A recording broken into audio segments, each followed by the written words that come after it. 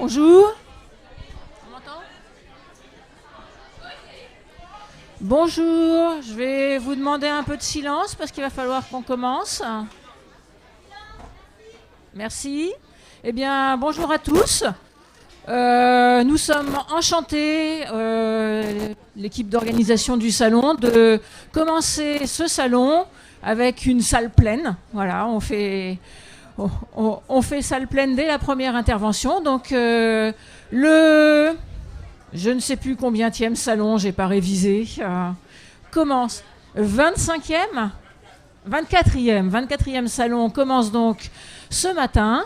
Et nous avons laissé la place aux élèves pour démarrer les interventions. Donc, nous allons commencer en présence de notre parrain, Hugo, qui fera le show ensuite.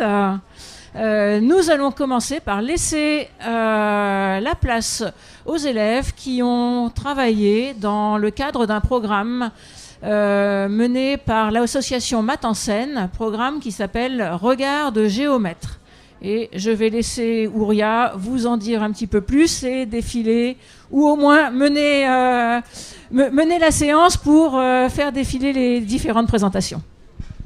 Ouais, bonjour à tous et à toutes. Je vous remercie d'avoir participé au dispositif Regard de géomètre. Je remercie les référents scientifiques, les enseignants et les artistes. On va commencer donc par le collège Gisèle Halimi. Donc les élèves concernés, vous venez, vous savez qu'il y a un timing. Allez, c'est parti, on commence.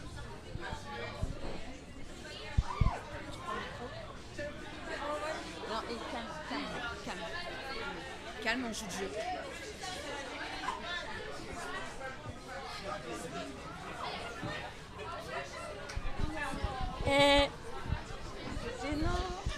Et les filles, mettez-vous en face. C'est bon, ça gêne. Oh non, c'est trop gênant. Elle m'a lâché. Attends. Non. C'est à toi de parler. Hein. C'est toi tu commences. Attends, on doit se présenter d'abord. Non. Regarde, juste ça d'abord. Oui, ça fait que j'étais un micro. Ça fait bien en essence. Oui, je dois lire tout ça. Tu dois parler là? Évidemment, moi. Et. Non. Attends, le truc il passe là, vas-y.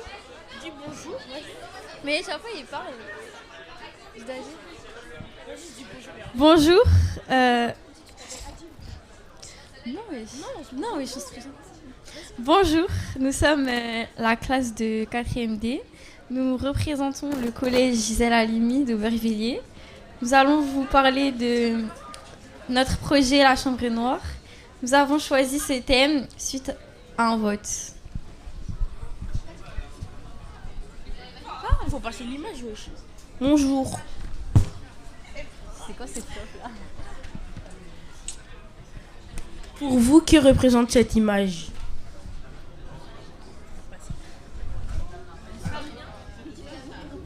J'ai dit. Pour vous, que représente cette image?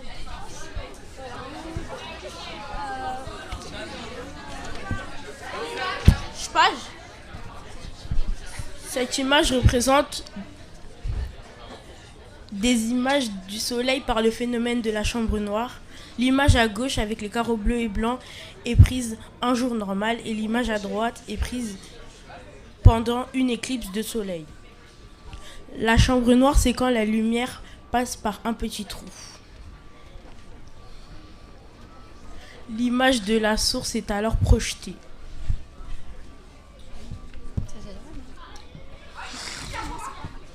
Non. Ensuite, nous avons fait un film pour expliquer tout ce que nous avons appris sur la chambre noire, accompagné de la monteuse Madame Lobry. Bonjour. On a regardé le phénomène avec une lampe à filament. Comme matériel, nous avons pu disposer de carton avec un petit trou et d'une ampoule à filament. Monsieur Missonnier nous a partagé des images astronomiques, par exemple. Il y a écrit quoi? Par exemple quoi? Là où par exemple, l'image que vous avez vue est un tout petit trou du ciel grande comme 4 fois la Lune. Nous voyons aussi des milliers de galaxies et d'une chaque galaxie, il y a des milliers d'étoiles. Mais dis place au film. Pour conclure ce magnifique résumé, place au film.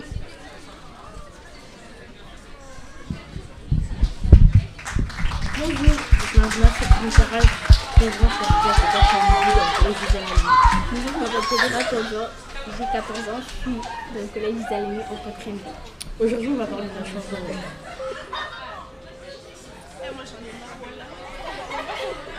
Une chambre noire, en latin camera obscura, est un instrument optique objectif qui permet d'obtenir une projection de la lumière sur une surface plane, c'est-à-dire d'obtenir une vue en 2 dimensions très proche de la vision humaine.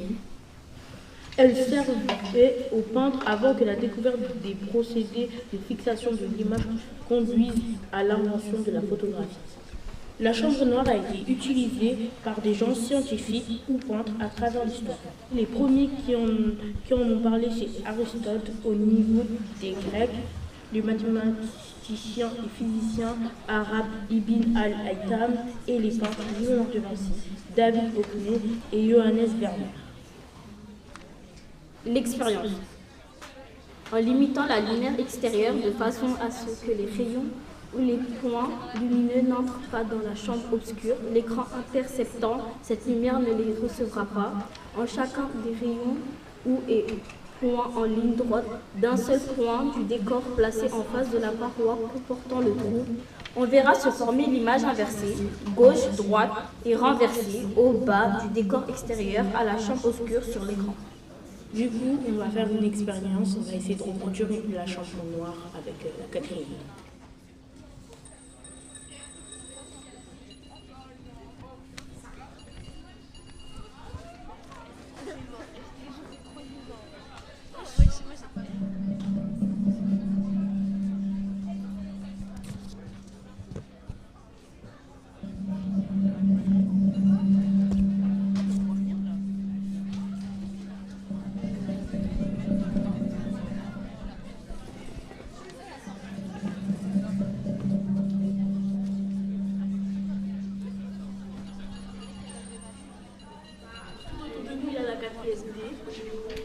Il y a Karim,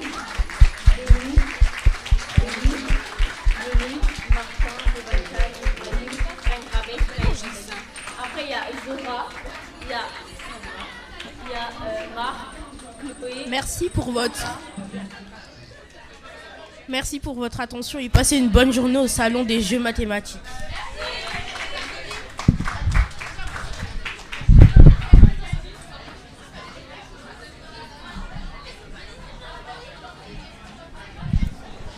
Je vous remercie. Ce que je vais vous demander, les élèves, dans l'espace rencontre, c'est vraiment de ne pas faire trop de bruit pendant que vos camarades sont en train de parler. Et là, on va faire passer le lycée. On ne fera pas trop de questions, on les fera peut-être à la fin.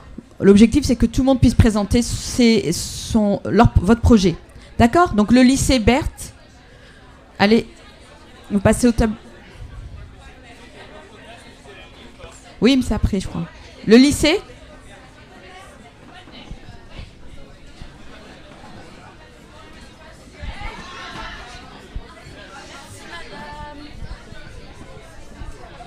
Tu peux tenir le micro.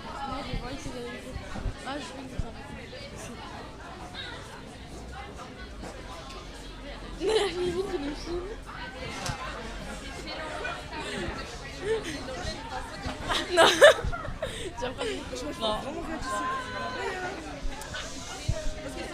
Bah ouais, t'aimerais bien qu'il produise.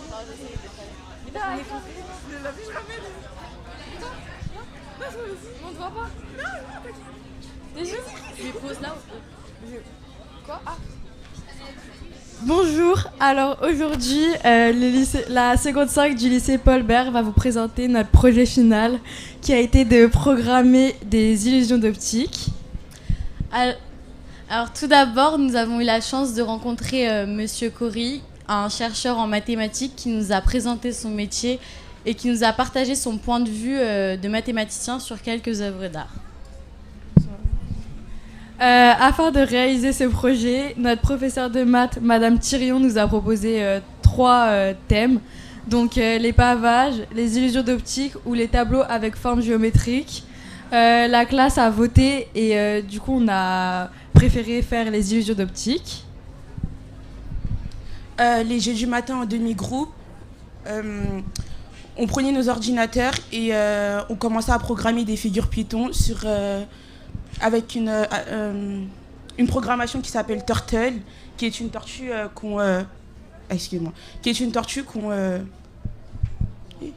qu'on commande, c'est-à-dire si on lui dit d'aller à droite, elle ira à droite, si on lui dit d'aller à gauche, elle ira à gauche, et on lui donne à combien de degrés on veut la faire tourner. Parallèlement, nous avons choisi des illusions d'optique, nous avons choisi, dessiné, analysé, puis programmé sur Python. D'autre part, nous avons rencontré Julien Gachadoa, qui est un artiste générateur qui crée des œuvres d'art en programmant avec des algorithmes, comme dans notre projet.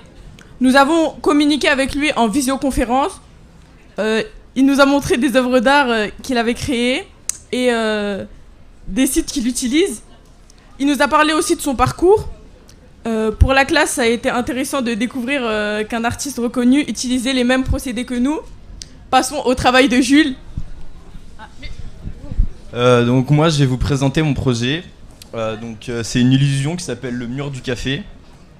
Parce qu'elle a été découverte sur la façade d'un café à Bristol en Angleterre. Et en fait, le principe, c'est qu'on a l'impression que les droites, elles convergent alors qu'elles sont parallèles. Voilà. Donc là, c'est comment je l'ai réalisé avec Python. Donc à gauche, il y a une fonction qui permet de créer une ligne de carré. Et à droite, c'est la fonction principale justement qui met les lignes de carré de chaque rangée et qui décale.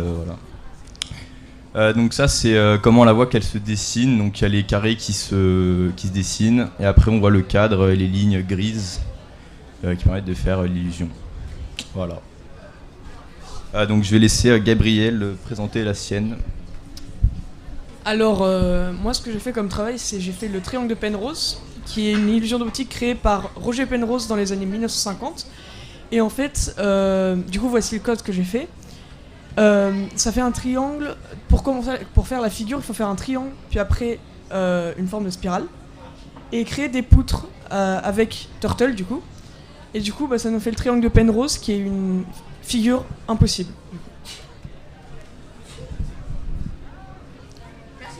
Merci beaucoup de nous avoir écoutés.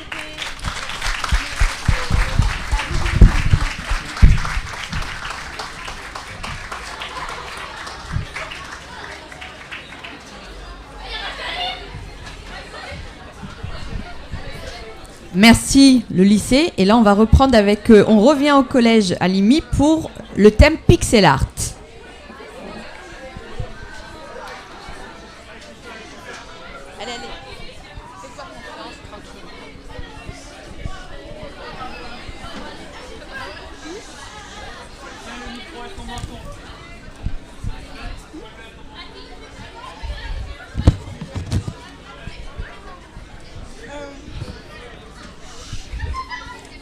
Aujourd'hui, je vais faire la présentation du pixel art.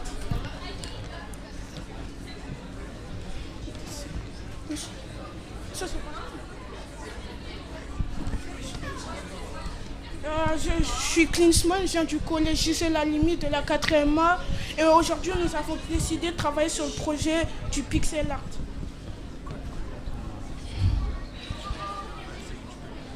Voici, c'est un exemple d'un groupe d'artistes e-boy. C'est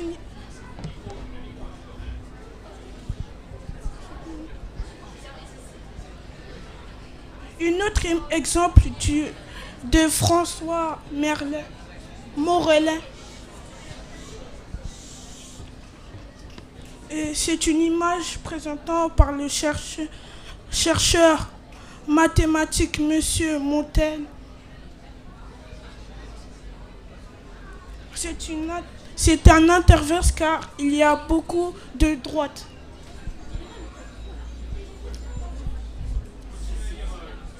On a rencontré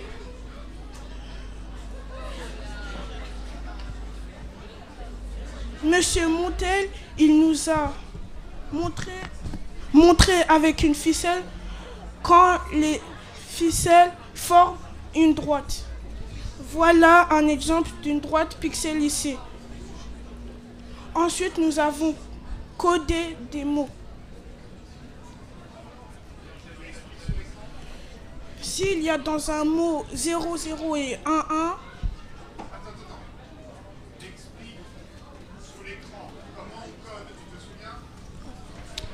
nous avons codé des mots. Pour coder des mots, pour aller vers la droite, on utilise le 0. Et pour aller vers le haut, on utilise le 1. Du coup, vous pouvez voir l'exemple de 0, 1, 0, 1, 1, 0, 1, 1, 0. S'il y a dans un mot 0 et 1, 1, alors on ne peut pas faire de segment.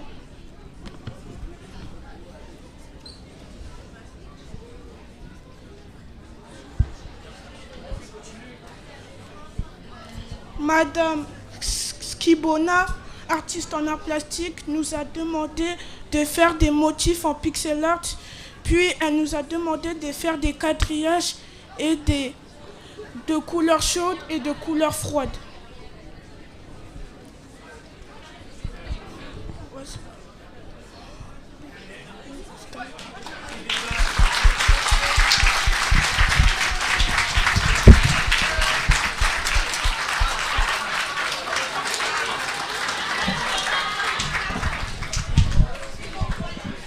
C'est très bien.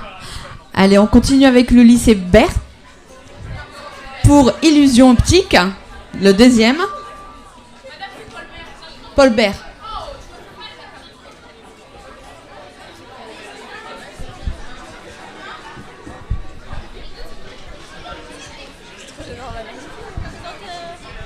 On n'a pas de diapo. On n'a pas de diapo. Bah c'est ça, on va passer. Moi je veux pas qu'ils nous laissent notre tête. Tu peux commencer sur les jure, je peux pas commencer. Moi j'ai pas commencé.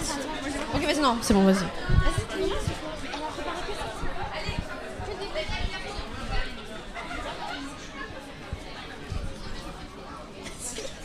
Bonjour à tous, donc nous on représente le lycée Paul Bert. Donc on va vous présenter le projet Regard de géomètre qu'on a fait avec notre professeur principal Madame Di Fabio. Et donc pour commencer on a vu Monsieur René Cory et... Donc, bonjour à tous.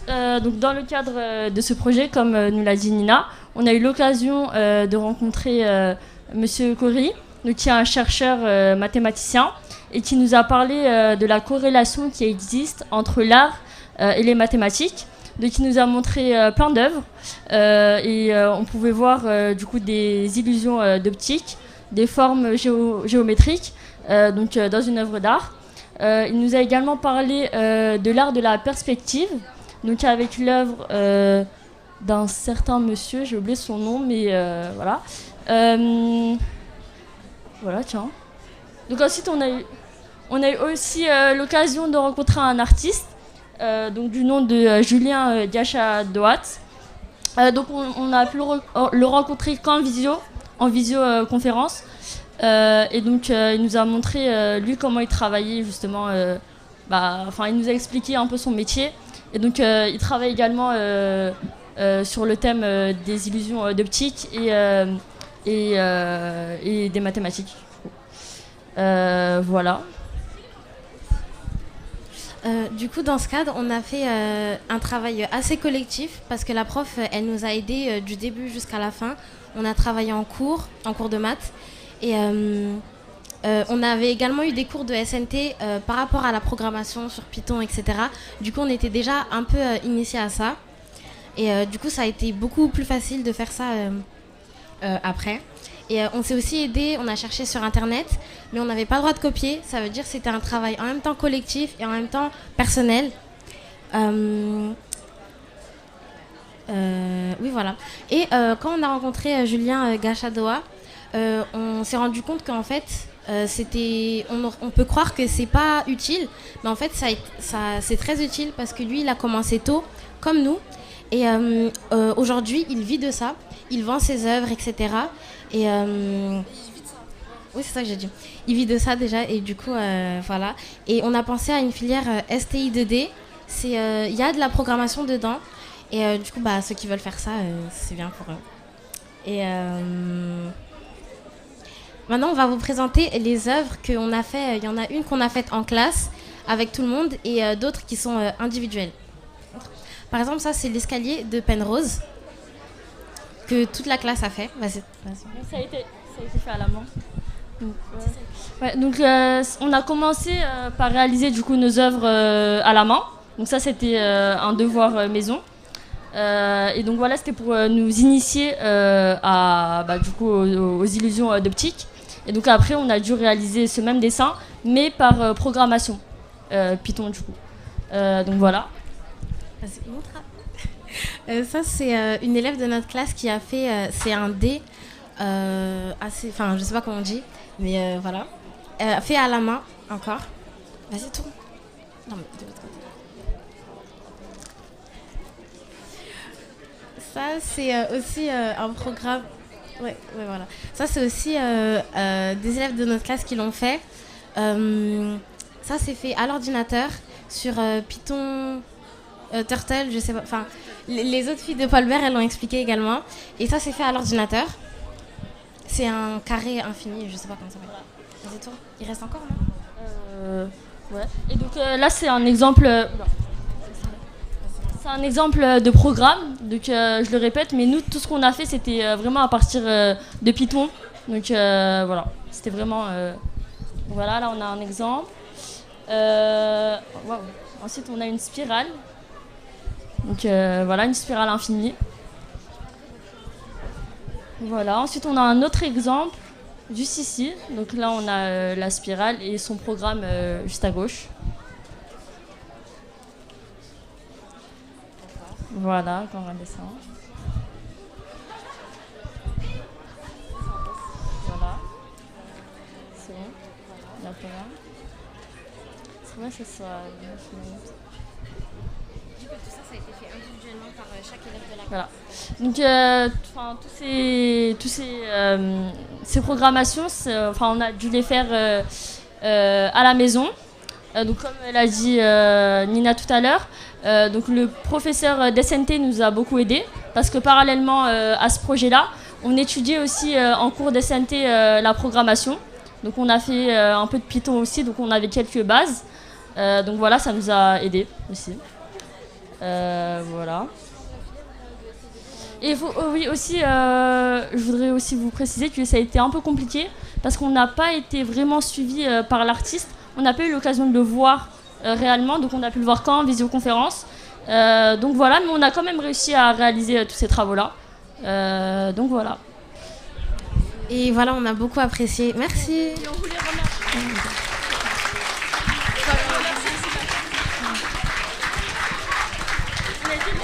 Ouais. Merci beaucoup. Et le collège Cousteau pour musique, s'il vous plaît. Et je rappelle.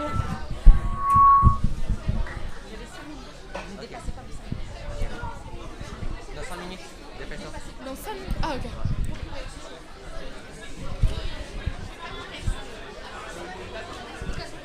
La vidéo. Elle est là. Ah. Elle est où la caméra? Je sais pas. Putain, on est dansé. Tu sors. Attends. Ah non. Commence. Bonjour à tous. Nous sommes la classe de 4e A. Nous venons du collège Cousteau à Bussy-Saint-Georges. Nous allons vous présenter un projet qui s'appelle Musique avec le DJ Euclid. Nos motivations. Nous avons marché sur les traces de Pythagore pour relier les nombres à la géométrie et à la musique. Nous avons exploité les perspectives du projet de l'année dernière sur le son et nous avons exploré les applications possibles pour faire les maths autrement. Nous avons relié les fractions et la musique dans ce projet. La question à laquelle on va répondre, c'est est-ce que les fractions ont un rôle à jouer en musique? Et comme l'année dernière, nous avons travaillé avec notre prof de musique et d'espagnol. Un peu d'histoire. Un peu d'histoire. Un jour, Euclide marchait dans la rue et croisa un atelier de forgeron. Il décida alors de rentrer chez lui, intrigué, et faisait des différents tests. Il remplit des bocals d'eau et testait les différentes sonorités, des cloches avec tailles différentes, et testa aussi les sonorités.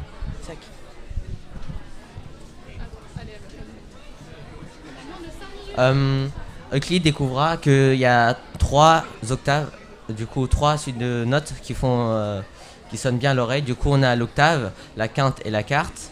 On appelle ça la gamme pythagoricienne. Nos découvertes. Nous avons aussi découvert que cette année avec notre professeur de musique, Monsieur Bellos, que dans certaines partitions de musique, nous trouvons des symétries dans la composition. Nous avons donc étudié la pièce d'Aldenberg où on peut voir des symétries. Bon, voilà.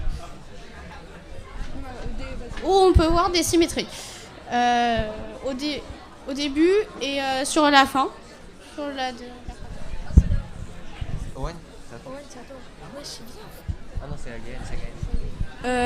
Notre professeur de maths nous a initiés sur ce projet en nous montrant une vidéo dans laquelle nous pouvons voir Paul Lascabette. C'est un doctorant à l'ICARM.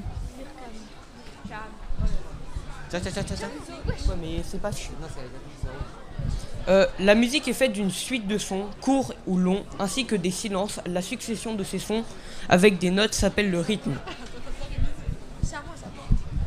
Une noire vaut 1 temps, une blanche vaut 2 temps, une ronde vaut 4 temps, une croche vaut la moitié d'une noire, donc il faudra 2 croches pour faire un temps. Une double croche vaut la moitié d'une croche, et ainsi de suite. Un point après une note ajoute à celle-ci la moitié de sa valeur.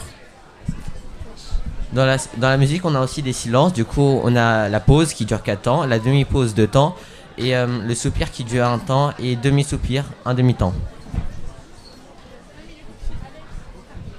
C'est qui ? Non, c'est pas moi ça. C'est toi. Bon. Godfrey Toussaint, un chercheur canadien, a découvert les rythmes. Du coup, il les présenta les rythmes musicaux qu'il appelle les rythmes euclidiens. Car pour trouver ces rythmes, on utilise un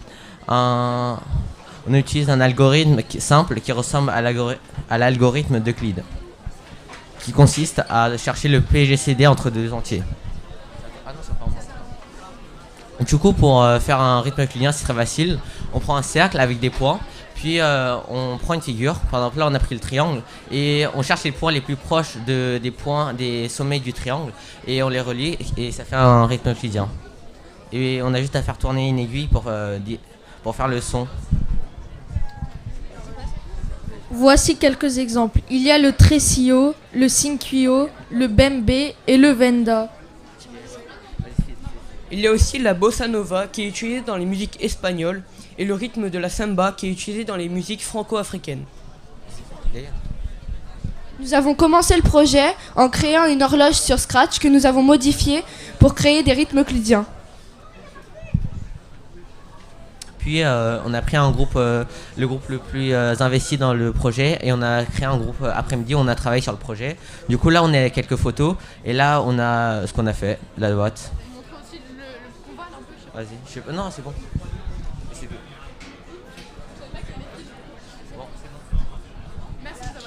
L'affiche. Merci de nous avoir écoutés. Nous avons aussi travaillé sur les rythmes euclidiens en espagnol. Est-ce que dans certaines musiques, les rythmes euclidiens y sont aussi? Voilà notre phrase qu'on a fait en cours.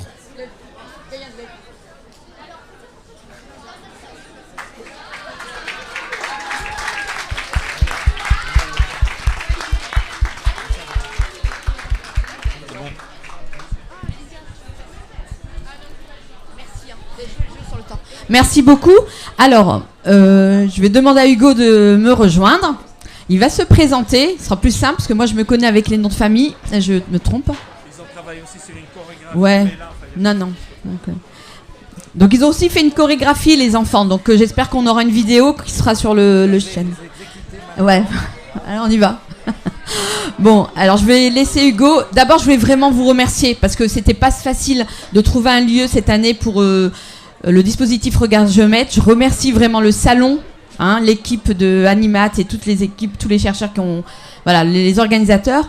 Et donc, je laisse Hugo. Et puis après, je vous souhaite aussi une bonne journée dans le salon quand quand on finira ce moment de Regard de Géomètre. Je te laisse finir. Bonjour, bravo.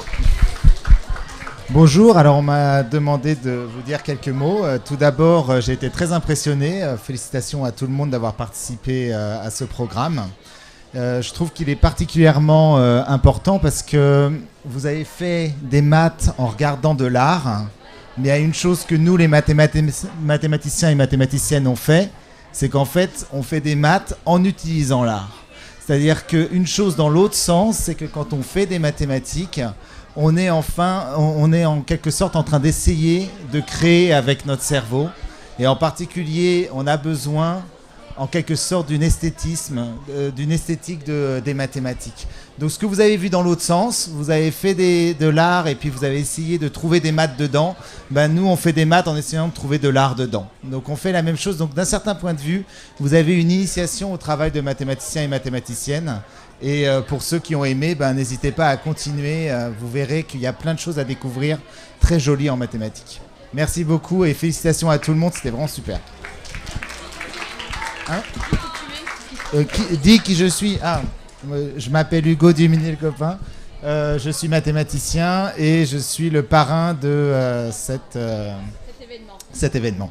Je vais faire venir les chercheurs. Il y a quelques chercheurs présents là du salon et les enseignants, si vous pouvez venir, on va faire une petite photo puis on va finaliser comme ça. Allez, merci beaucoup.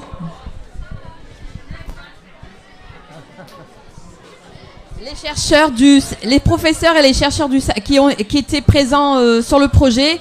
Une petite photo, je sais pas qui peut prendre la photo, mais ça serait super.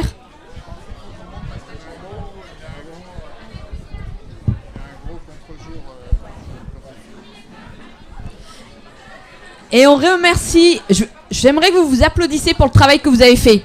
Parce que c'est pas si facile que ça. Merci.